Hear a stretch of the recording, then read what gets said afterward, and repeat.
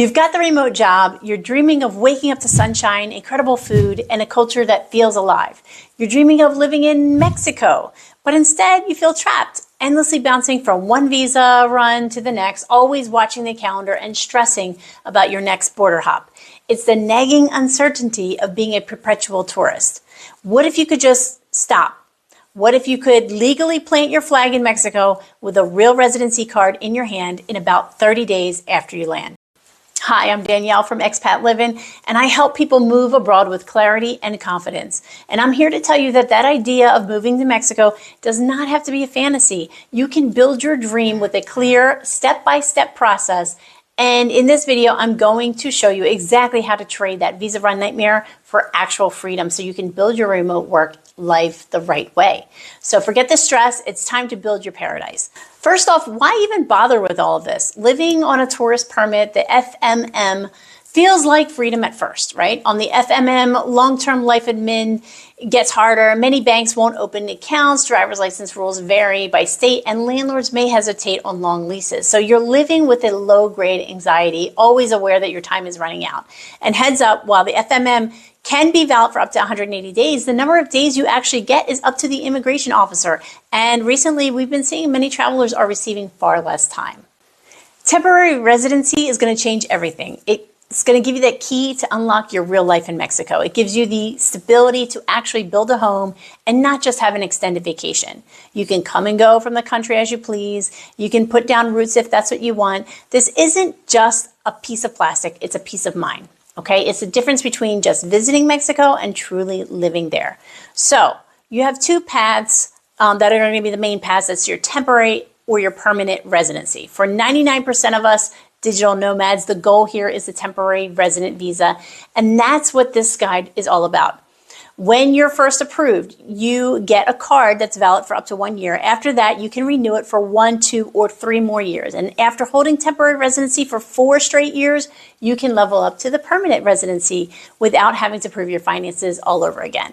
So there is a way to apply directly for permanent residency, but the financial bar is much, much higher. So we're talking a monthly income of about $7,400 or a savings of nearly 300,000 US dollars per year.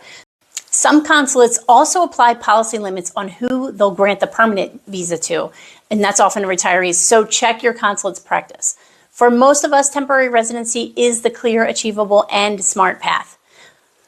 This is the absolute heart of your application. Mexico wants to see that you can support yourself without having to take a job from the local economy. It's called economic solvency. And for remote workers, you've got 2 main ways to prove it. You only need to qualify for one of these ways, right? The first is monthly income. You'll need to show bank statements from the last 6 to 12 months proving that you have a steady, consistent income.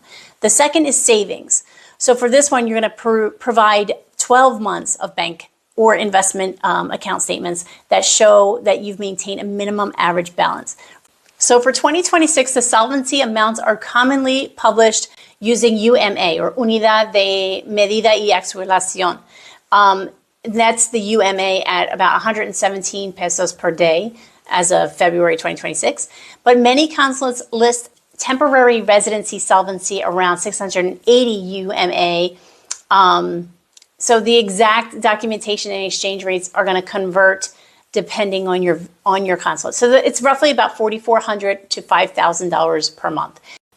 So remember, the financial requirements are based on formulas that are tied to official Mexican government metrics, but they can and they do vary. So sometimes by a lot. So from one Mexican consulate to another. So the rules in Los Angeles might be different from Houston and totally different from, say, Vancouver. Because of this, you must go to the official website of the specific consulate where you're going to be applying and find their visa or visas page and treat it as your Bible, right? The number that they have written down there is the only one that is going to matter for you. Be aware that these financial thresholds and the government fees have been going up, so locking in your application sooner rather than later is a very smart move. All right, you've checked out your consulate's website and your financials are in order. It's go time. The whole process is going to kick off outside of Mexico. So step 1 is to get the appointment. You're going to go online to the Mi Consulado website, the official booking system for the Mexican government, to schedule your visa interview. Fair warning, these appointments can be tough to snag, so be persistent. Step 2 is having your documents in order. Organization is going to be your best friend here.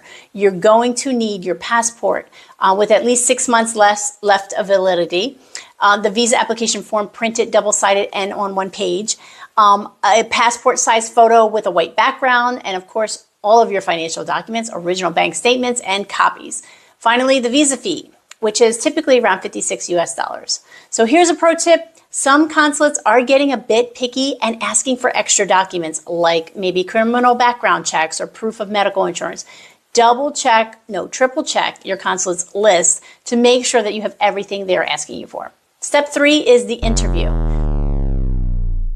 So don't sweat this part. It's less of an intense interrogation and more of a document check.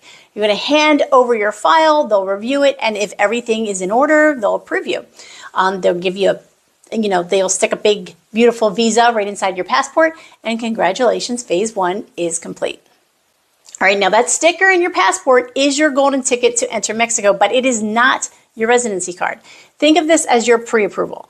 And now 2 very important clocks start ticking. So the first clock gives you 180 days, that's 6 months to travel to Mexico and kick off the next phase. The moment your plane lands or you cross the border, that second, much more urgent clock starts ticking, and that's the 30 calendar days to start the final step in the process inside of Mexico, and that's called the canje, which just means the exchange. You're about to exchange that sticker for the official resident card. Step 4 is your arrival. When you get to immigration in Mexico, do not use the automated e-gates. Use the manned booth and clearly state that you're entering for canje so that you're issued and recorded properly. This is critical. They need to process your entry form, the FMM, specifically for the residency process. And if you mess this part up, you could void your whole application. So be direct and clear about why you're there. All right, so step 5 is the INM appointment, right? That's within the 30-day window. You have to go to an office of the INM or the National Migration Institute to get it all done. So once your canje is in process, don't leave Mexico unless you've confirmed whether you need a salida y regreso permit or your specific INM's office rules, right? This brings us to the single best investment that you will make in this entire process, and that's hiring somebody like me. A facilitator is a local immigration expert who knows how to navigate the INM bureaucracy for you. They'll help you with the Spanish forms, get the right photos, tell you exactly what to pay and how to pay the fees, and often wait for you in line. So honestly, it turns a confusing situation into a simple process. And I know that was a ton of information, but at Expat Livin, our Move Abroad mentorship program provides downloadable Mexico residency checklists and guides, as well as courses and live Q&As to support you in your Move Abroad process. We cover every document, every step, and every fee we just talked about so that you can follow along without missing a single thing. The link is in the description below. Step 6 is get your card. So with the help of your Expat Livin affiliate, you're going to submit your final paperwork in the INM office. You'll pay the government fee for your first 1-year card, which for 2026 is like $600. You'll get your fingerprint, your photo, and you'll either receive that card that day or you'll have to come and pick it up. The whole process inside Mexico, from the INM appointment to holding your card, can often be done in just a few weeks. So what about work? Temporary residency lets you live in Mexico long term, but not necessarily work. If you plan to work for Mexican clients, employers, or earn Mexican source income, you generally need the appropriate permission. So for foreign source remote work, rules are less explicit. So confirm your facts and your risk tolerance and consider professional advice before you decide working full remote in Mexico. Note that permanent residents can work for anyone in Mexico, but they still have to notify the INM that they are employed. So let's bring it all home. The 30-day method sounds intense, but it is a simple plan. Prove your finances at a Mexican consulate outside of Mexico. Get the visa sticker in your passport. Get to Mexico within 180 days, and then start the canje or the exchange process within 30 days of landing to swap that sticker for your real residency card. It seems daunting from outside, but as you can see, it's a clear and totally manageable path.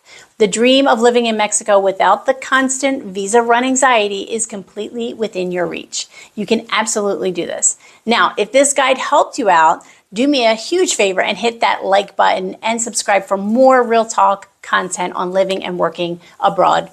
And if you have questions, please drop them in the comments below. I do read them and I try to answer as many as I can.